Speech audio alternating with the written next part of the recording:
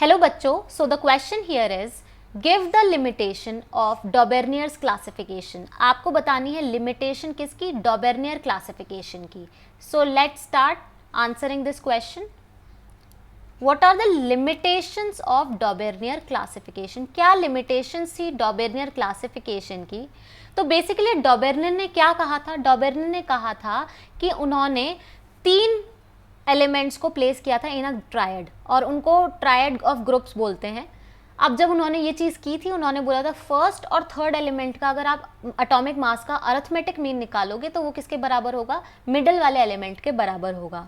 But the limitation only holds up to 9 elements, only 9 elements, 9 elements तक ही triad बने, only up to 9 elements triad was successful. सिर्फ और सिर्फ 9 elements तक ट्रायड सक्सेसफुल था, उसके बाद कोई भी एलिमेंट के लिए ट्रायड सक्सेसफुल नहीं रहा। उन्होंने सिर्फ और सिर्फ 3 ही ट्रायड्स बनाए थे, 3 ट्रायड्स बनाए थे और हर एक ट्रायड में 3 एलिमेंट्स थे, यानी सिर्फ 9 एलिमेंट्स का ट्रायड ही सक्सेसफुल हुआ था। सबसे बड़ी लिमिटेशन थी ये। सेकेंड इज कि ये जो है वो सिर्फ अप्रॉक्सीमेट मास बता रहा था हर एलिमेंट का। जब उन्होंने एटॉमिक मास निकाला और उनका अरिथमेटिक मीन निकाल के मिडिल एलिमेंट के साथ कंपैरिजन किया तो यहाँ पे अप्रॉक्सीमेट मास बता रहा था, अप्रॉक्सीमेट मास बता रहा था of third element, mass of middle element were known.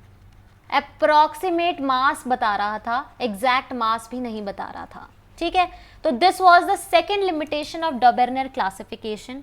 और ये जो लॉ है वो बहुत ज़्यादा मास वाले और बहुत कम मास वाले एलिमेंट्स के लिए था ही नहीं। So this law was not good for higher mass and lower mass elements, higher mass or lower mass elements. So I hope you have understood this question, understood the limitations of Daubernier classification. Thank you so much.